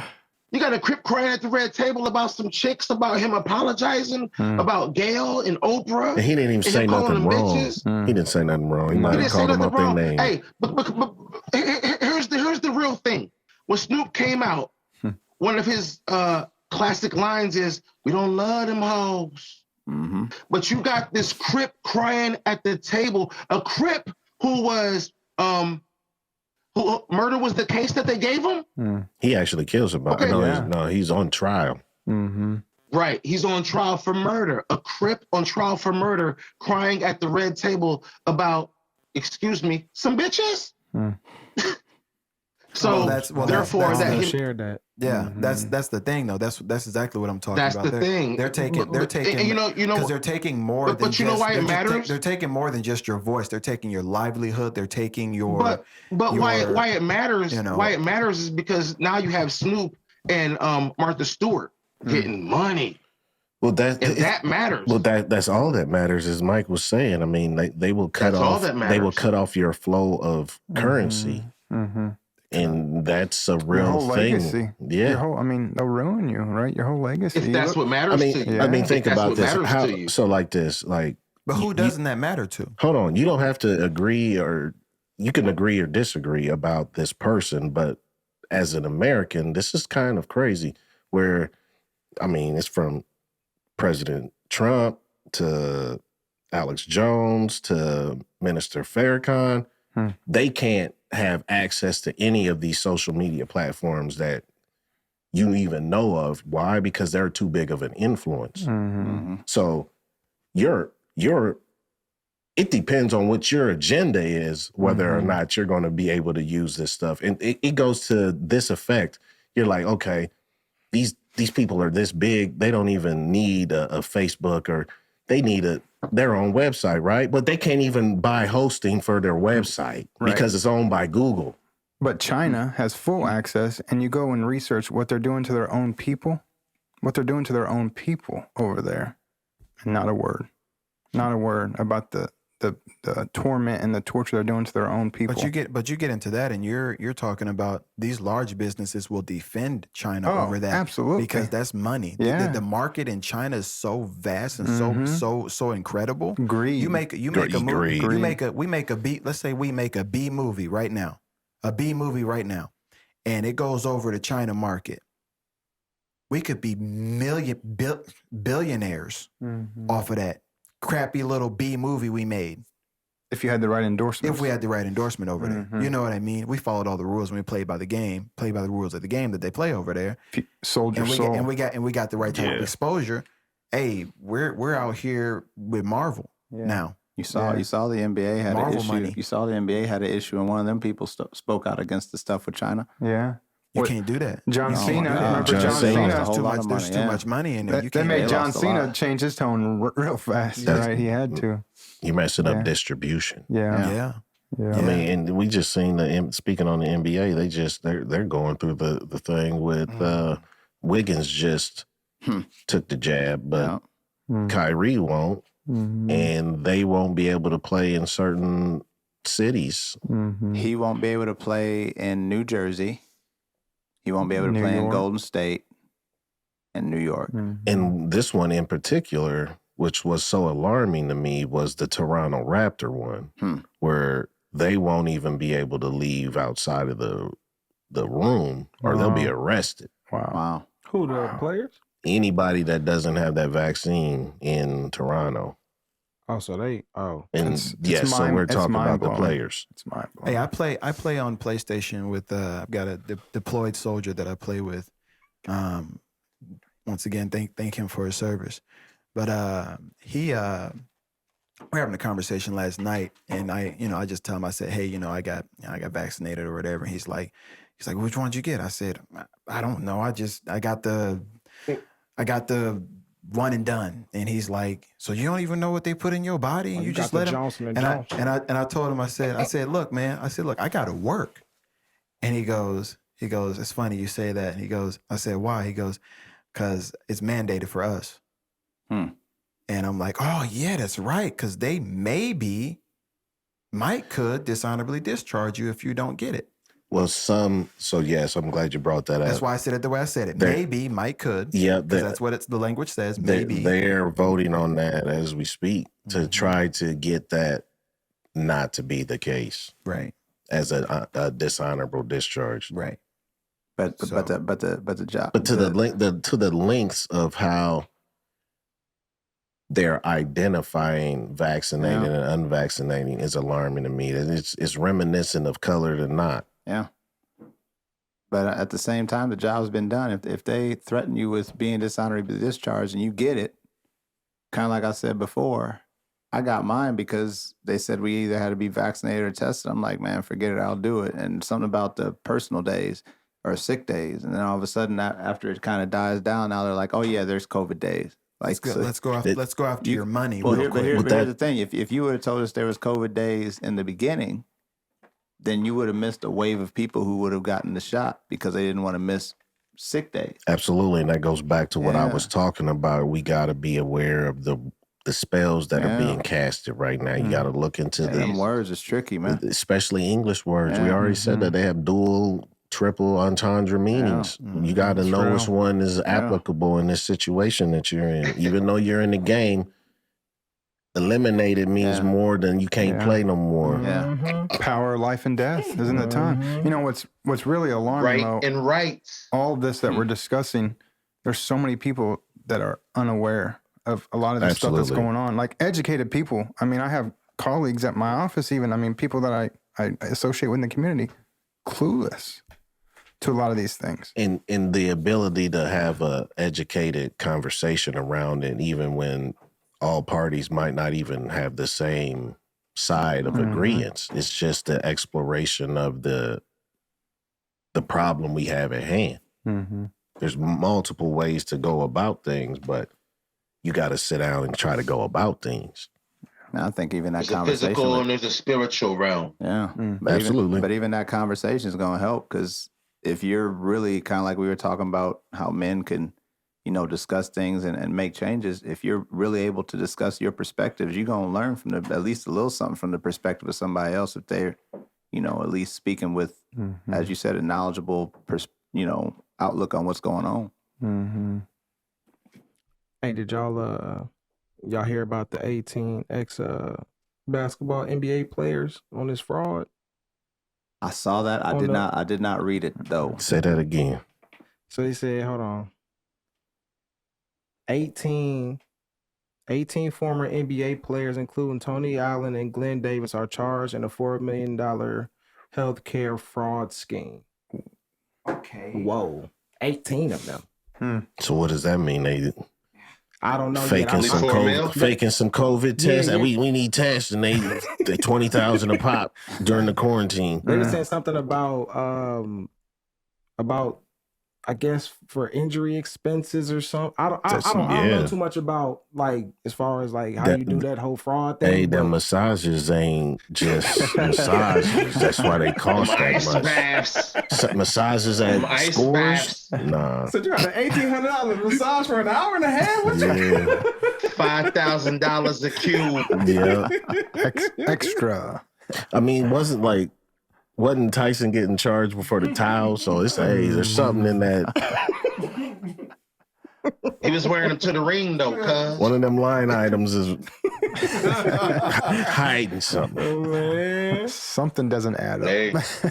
Oh my God. So, but I believe a Tony Allen would get down like that. And Big Baby Davis. I definitely believe him. Because both of them look like they powdered their nose. Let's be honest. Hey, Hey, Ricky Davis is a shady player too. I just had to throw him under the bus for that rebound. Hey, yeah. Triple double, he will always be trouble for that. He needed a triple double, so he blew a shot to get the rebound to himself. Just at the other end. On the other end. It was so whack. He threw it off the after backboard on the others. inbounds. Yes. After an inbound. It was so weak. It was one of the weakest things ever done, period. It's one of the weakest things ever done, period. If I was official scorekeeper, I wouldn't even have counted it and just let him think he had it. Just let him see, let him review it and all that. Like, man, he's tripping. 9 rebounds. You got a favorite NBA team? I don't know. I used to gamble, and I followed sports quite a bit. When I quit gambling, Who did you gamble on? Who you put your everything, anything, horses, cars. Oh, you had it then if you was all the betting on parlays. horses. I mean, and then when I stopped gambling, I lost interest. I watch UFC is about the closest thing I get to sports. Grew up watching the Bulls, love the Bulls. Rodman, Pippen, Jordan, Magic Mike. Yeah. But yeah, just lost interest over the years in sports. That's a whole different angle. You silly cuz. Sports is another thing that's just gotten so far off a track to where it's political now. It's you can't even enjoy a game. So political. It's like, my God. Like all of them are political. Like you can't escape it now. Baseball, It's- everything, yeah. Mm-hmm. You got a favorite? Have I ever asked you your favorite team before? I don't. So growing up, I wasn't a Mike fan. I liked his shoes, and I later found out I'm a Tinker Hattonfield fan because that's who created the Jordans that I like. But anyway, Kobe was like the guy that I liked. I'm not really a team guy. I'm a Yankee fan because they just acquired all the people that I liked. So I'm not necessarily loyal to a team. I'm loyal to the players. Okay. So I'll switch sides if I like somebody and they go there, but usually the people I like don't leave their team. I'm a diehard Lakers fan. We rocking together. But mine was based off of Kobe. But then as I like start going through the history of who all came from the Lakers, and I was like, they serious. They the Yankees. It's a dynasty. They're definitely the Like Yankees. they acquire all stars. Like if a team acquires all stars, I'm probably gonna like you. Like, that's how I get out. I'm not rooting for the underdog in my entertainment. Yeah. okay, I get what you're saying. But I can understand the underdog story, and I ain't hating on that. But I just like, so let's say if I don't have a dog in a fight, I don't defer to the underdog. So you didn't like this NBA Finals at all this year? Not at all. Like none of that's like, yeah. Because none of that. you had Giannis who can't hit a free throw versus Chris Paul who can't finish the season healthy. And I ain't a Chris Paul fan at all, so I was really keeping my But what mouth if he went shut. to the Lakers? Yeah. I still didn't like him, and that's real is real. Chris Why? Paul and Kobe? See why? See, 'Cause I don't- Hold up. There's a lot of asked people. them Hold why. on. There's a lot of people that do, but I don't like you. I don't like Chris Paul because he's a fake tough guy, and all he needs to do is run the point. Okay, I'm fair with that. So there it is. I'm fair with that. Chris Paul makes you wear a cup. He's so dirty, Yeah. but he's heralded as this thing when, in my opinion, and we got some basketball people in here, point guards serve a purpose. And once they get outside of that purpose and then you want me to worship your point guard, I'm done. It's a distraction.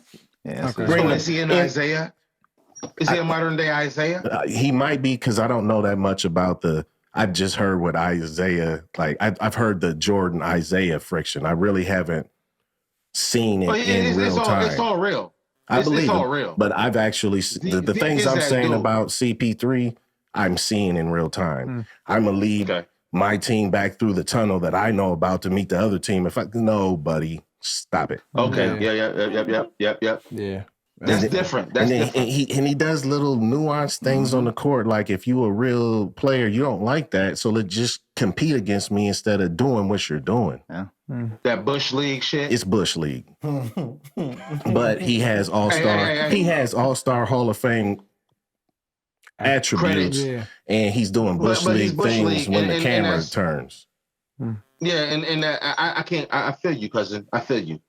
I can't honor that. So I was you can't quiet. be an All-Star and Bush League at the same time. I was quiet when he got into the finals because I don't want to be talking crazy about him. And And he he wins. balls out Yeah. and he's MVP, and I'm over here looking silly. So I just waited until I knew what was going to happen. Happened anyway, and I was like, "Look at y'all's boys. Stop talking about it." That's how I felt about Paul Pierce. Crack a cold can of Bush. Yes. Bro, I don't like the way he walked. None of that. I do not like Paul Pierce. I don't know what it is. I just don't like him. I don't like him in the clutch. I don't like him at the three. I don't like nothing about it. I don't know. He don't what like it it. He don't like him in his position. He said, I don't like him at the three. How you say you don't like this man in the clutch more than I don't like the He way said, he I don't like walks. him in the clutch. I don't like the way he walks. When he shoot the I don't little like shot, him he in do the that little three. stupid walk. I hate all of it. I don't like when he's driving in his Audi and he shifts his gears. I don't like when this he's fool when he driving? eats cereal. I'm also a Lakers fan, so I mean, you kind of got to. Does he favor Paul You Pierce? sound like a competitor. Does he? You don't like when I don't he like the way he Hold on, disrupts the man. play. No, hell no. Paul Pierce look like Steve. But here's what's funny. When I was coaching, Play it there, Rico. when I was coaching, I Because- had to use Paul Pierce Oh. to give my slow players confidence. Wow. I was like, look at Paul Pierce. Hold on. It's like that. He is Rico does slow. not That like man this, is not man. athletic at all. On a personal level. I don't look like Paul Pierce. Paul Pierce look homeless. Man, hey, man, this. Hold on. Paul Pierce look homeless compared to me. I don't look like Paul Pierce. Hold on. Hey, Cuz said he used Paul Pierce to talk to his slow player. Yes. He looks homeless. Like he had a special. It's like the bottom five with special ed or something. Hey, no, by slow I mean non-athletic. My teams won because even the kids that were terrible thought they were great. I did my job. Paul Pierce, bro. Them was all pick setters. That believe they can score 20. But hold up, Hey, they believe they can hit 20 at any time. So let's bring this back full His circle. conviction is so strong. So Paul Pierce did the little things correct to keep him in the game. Yes, he did just enough. What are some little things that employees can do? Did you try to throw that together? Yeah, I did. That's a segue. I like it. I I managed like that it. together. What are some things some employees can do after they come to you and get put on a job? What can they do to keep that and advance through the workforce? Mm-hmm. It sounds cliche, but it's really the little things, man. Show up on time and do a good job. Don't be on your phone. Phone's a big one. Stuff sounds so simple, but every time you look up, a person's got their phone in their hand. It's like, man, this employer's paying you.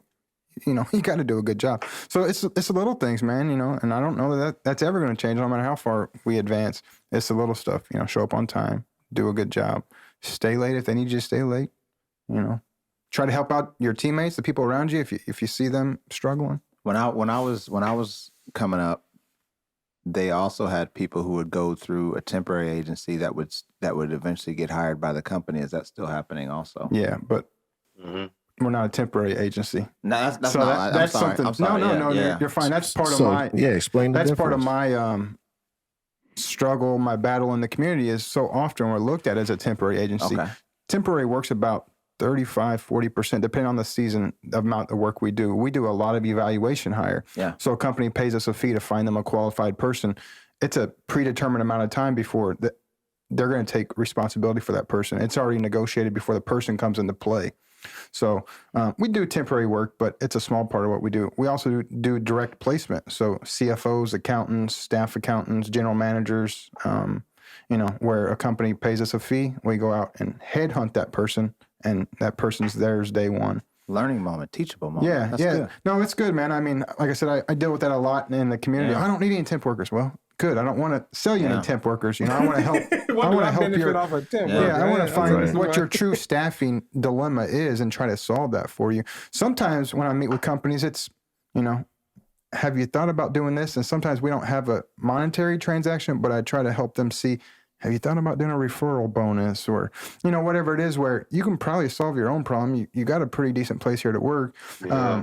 So yeah, it's neat, man. It's, I've learned a lot, and I've been with Express now 4 years, and I thought I knew a lot about employment and management and leading people. But in this 4 years, I've learned so much, just being on both sides of it, dealing with the workforce, people, and then dealing with the different companies at different levels. So Shout out Express. shout out. Y'all definitely hired a lot of my artists that I record. That's awesome, man. That's what's up. That's what's up.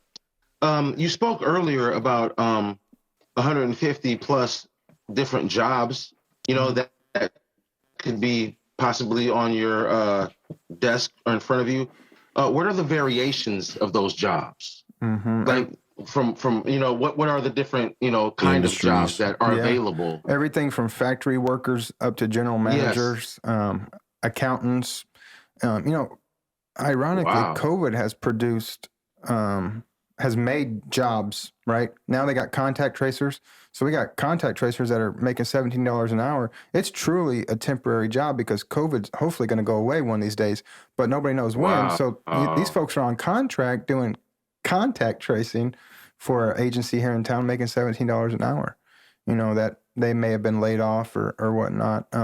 What's been interesting through COVID is a lot of folks that are from the hospitality or the food industry they're not going back, right? Because of everything that happened with COVID. So a lot of those folks are in transition right now. But yeah, man, it's everything from unloading a truck to any one of the factories you can think of we do business with, to about every lawyer office, every bank, every, any kind of office setting you can think of. Are you top heavy in any type of employees that come to you as opposed to in lack of certain ones?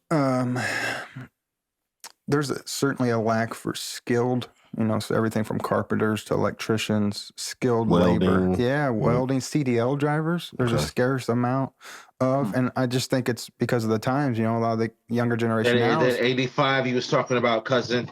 Yeah, a lot of the kids, the younger generation now is getting into the programming and the code and the computer. They're not wanting to get behind a semi truck and drive, right? They're just not interested in that. Even though the machinist is big, and there's this demographic is so hard to manage because nobody wants to stay here, right? We haven't done a good job in Springfield of talking about the opportunities that are here. So you have all these colleges poaching people from here. And now, next thing you know, the talent seems to be missing. So we definitely have to do a better job collectively talking about. If I can interrupt you real quick. Go ahead. The irony of you saying that and not being from Springfield, you know what I'm saying? Like you being from Centralia, and what you said is something that someone from Springfield should say. Yeah. And I feel like there's irony in that. So I'm sorry for interrupting you real quick. To your point, I mean, it's interesting. Like I said, I'm a transplant. I've only been here a short time. I've been fortunate to get involved with some good organizations and serve on some boards. I'm a precinct committeeman for my party in my neighborhood, so I'm responsible for a territory trying to get people registered to vote. There's a lack of collaboration. That's what's up. There's a lack of organizations, a lot of them trying to do the same thing, but yet competing against one another. And a lot of it's about the money when it boils down to it. Yeah, when it boils down to it, they don't want to collaborate to help that end user or that person that's suffering because they'll miss out on some funding. And that's terrible, but it's the reality. And I imagine that's everywhere, but I we're here. So making it in the position that you in, did it like open your eyes to like what's really going on? Yeah, very much. So after leaving the Salvation Army, I was a manager for Sprint. So I sold phones, and I hired and fired, and my owner group was in Michigan, so I did a lot of the operations, front of house, back of house. But coming to Express and growing in this role and learning a lot, it opened my eyes to so much. The interview, I'll say this, if nothing else, to the audience that's listening, if you're in business and you get an applicant, call them. That was one of the biggest things I regret from working at Sprint. I might get 20 applicants. I got to go through those applicants and find the ones that stick out. And it might only be 3 out of the 20. Those other 17, I just disrespected. I didn't even have the common courtesy to pick up the phone and say, thank you for applying to my organization. And that's brand awareness. That's now your brand's damaging the community. Yep. That's why you can't get people because so-and-so said they applied there and they never got a call, right? So it comes full circle as far as the learning curve of, and this hiring and firing thing, that's getting people, attracting people, keeping people. It's a whole deal. Like it's a whole big picture. So yeah. Because I definitely felt like that because there's many times I put in apps at jobs and they'll tell me, we'll give you a call in about you gonna call me, right? About a week or so. All right, cool. I let a week go by. I call. And, they'll be like, oh, the manager's not here right now. Just call back another day. You call another day. And then they'll tell you, like, oh, yeah, you didn't get the job. Like, man, y'all just had me waiting all this time. That's another one, too, is not knowing how to tell people no. Well, what we don't actually understand is...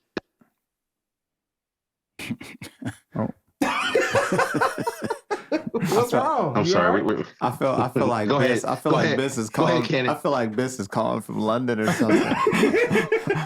Where'd you go? He's in Wakanda. Hey, you know what I'm saying? Hey, you don't want no knife crimes. You don't want no knife crimes over here, man. No, honestly, you know what I'm saying? What I found out was like when you apply for a job, or the word actually, we were talking about spells earlier. Applying in the application is actually begging. You know what I'm saying? Yeah. I'm begging for this job, for this position. You know what I'm saying? I want to be a part of your corporation. I'm actually asking to be a part of it. And then, like he said, I didn't even have the common courtesy to talk to you. So when you apply for a job, you're actually asking, you're begging. You know what I'm saying? And we don't feel that way. You know what I'm saying? Like, how many black folks you see at a Mexican restaurant? How many black folks you see working in the back of the Chinese restaurant? Correct? I can go and I can apply for that job at the Chinese restaurant. I guarantee you I won't get it. I won't get it.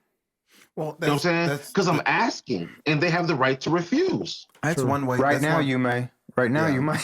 Right there, right now. You might just end up there. Well, you know, hey, It's a buyer's market. Buyer's market. It's so Hey, tempting right now. to give a voice, and I'm not even going to do it.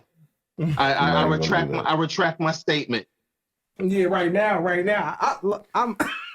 I want to go to places and just apply right now, just to see. Just to see where they're at. Yeah, I'm going to. So you going to Express? going to. You going to Express I'm tomorrow? signed to Express. So he said he gonna give me a job. I'm signed to Express tomorrow. I thought about getting a second job during COVID. You got two. It's an interesting time, man. Hey, you know what? Hey, So because I wasn't really using as much energy through the day, and I'm like, I could probably sneak an hour, Me from too. 4 to 10. does like Uber and Lyft and that type of stuff pose problems to? Well, that's, for you? Talking about the workforce, companies assume, where's all these people? They're lazy or they're missing. No, it's not a lack of people. These folks have figured out a way to make the same amount of money, if not more, and get their life back. Get their life So they're back. no longer behind a grill or, doing housekeeping at a hotel. They're doing Uber, Lyft, DoorDash, Instacart, all these things. And they're still getting a lot of their time back and making just as much, if not more money. So the gig economy is definitely booming, for sure. Mm-hmm. I don't know. You talk about gig economy. You got things that where people will just come out and do plumbing. There's that. I don't know the name of the app. I'm not gonna there's promote all it, kinds but of stuff There's an now, app out right now where you can get, like you said, it's gigs.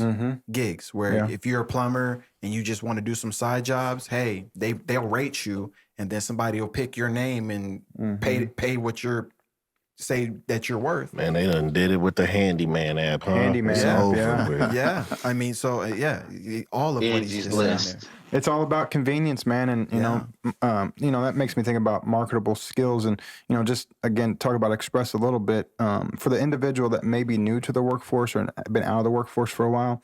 My team, I got 27 teammates now at Express.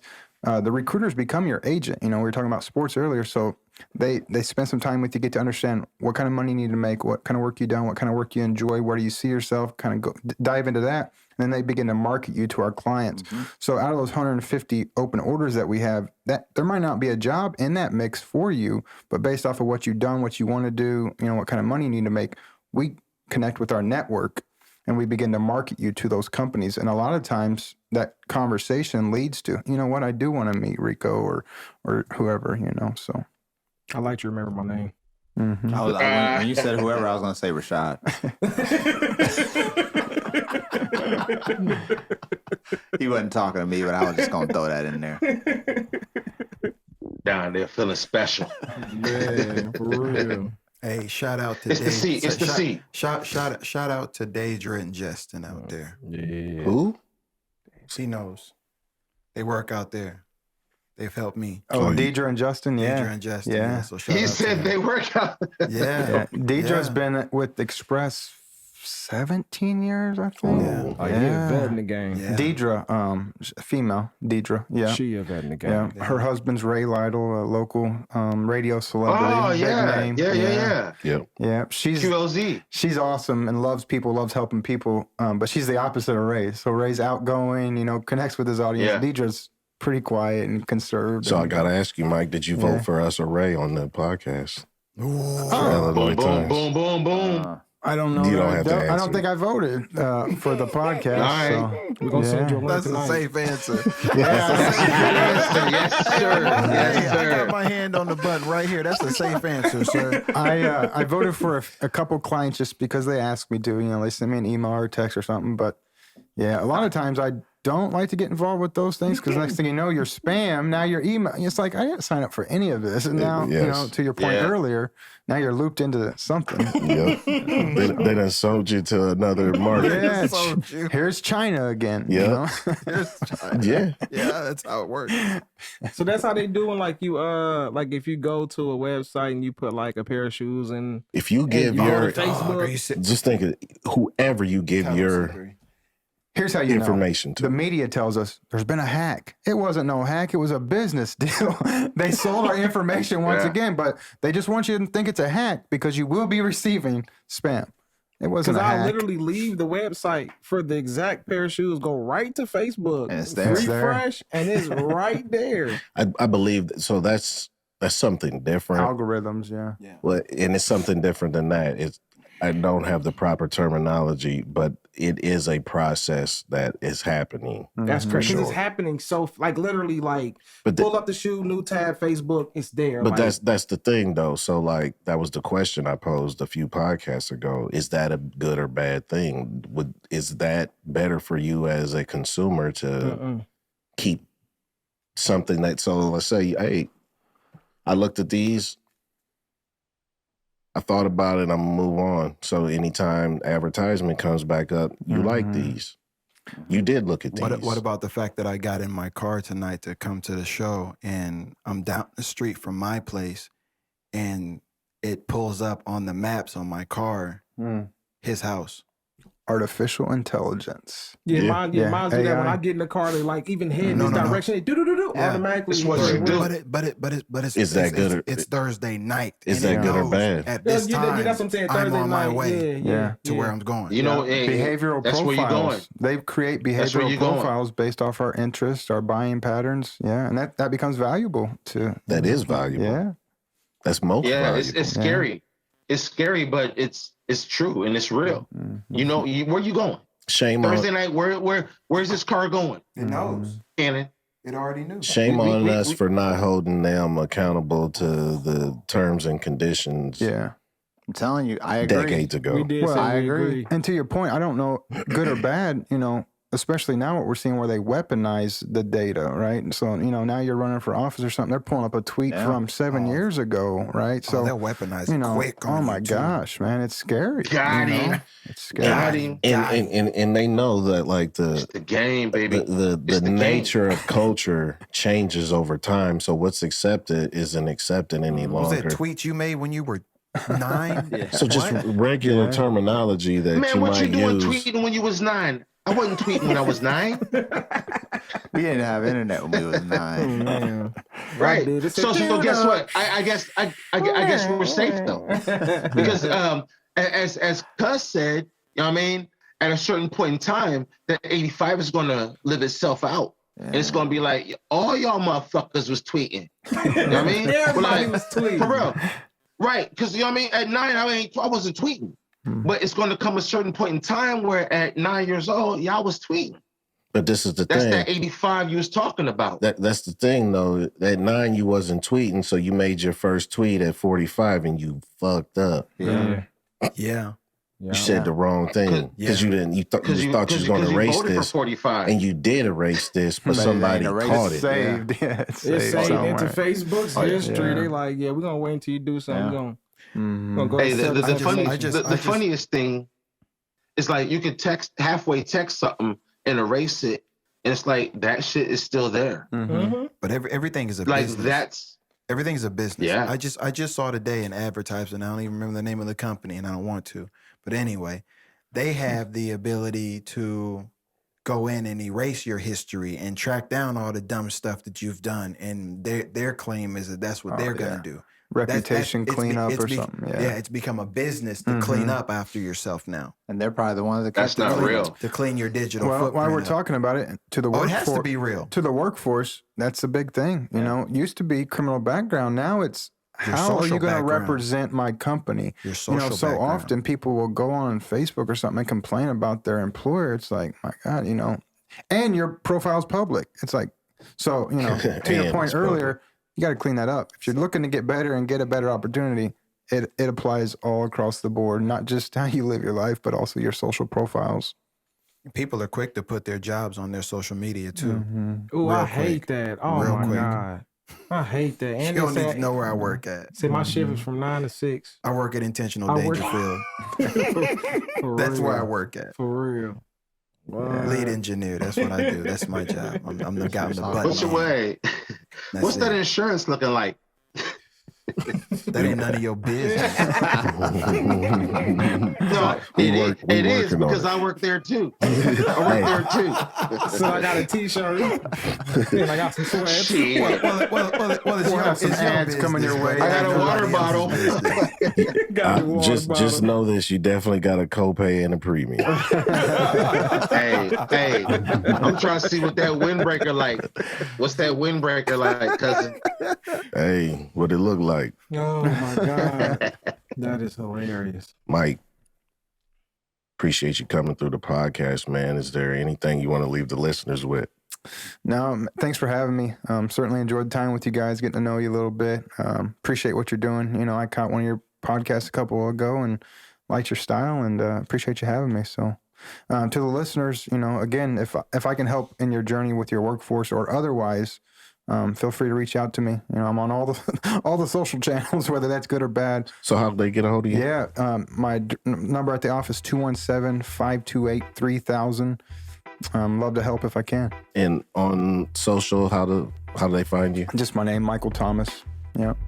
I don't know where to put this in, but especially just to make sure this is known, because again, the story you told is a story that a lot of people might be going through, and from even the spiritual side, talking about your background and how you don't think that it was, you know, that you didn't really believe before, but I've just heard it said that, you know, God uses you for your imperfections more than anything else. Like he needs you to be there so that you can get other people, help get other people to where they are. And you've done that spiritually. You've done that in terms of the express, and that's big, man. Yeah, I appreciate it, man. That's yeah, I feel like we all go through something for somebody else. Yeah. You know, to your point, yeah, I don't think, you know, God doesn't make us suffer just for the sake of suffering. You know, I know that all of my struggles and things I had to overcome was to try to hopefully be there to help somebody else get through that same struggle. So, And like I said, I appreciate what you've done for the folks. You know what I mean? Because you could easily have gone from struggling to I'm just gonna get out and do what I gotta do for myself and make sure I'm straight. But yeah, too keep many that up. people do that. Yeah, You know, keep too that many up. people do that, unfortunately. So thanks, man. I appreciate it. Yeah. Yes, sir. Yeah. Big ups. You know what this is? This is Intentional Dangerfield.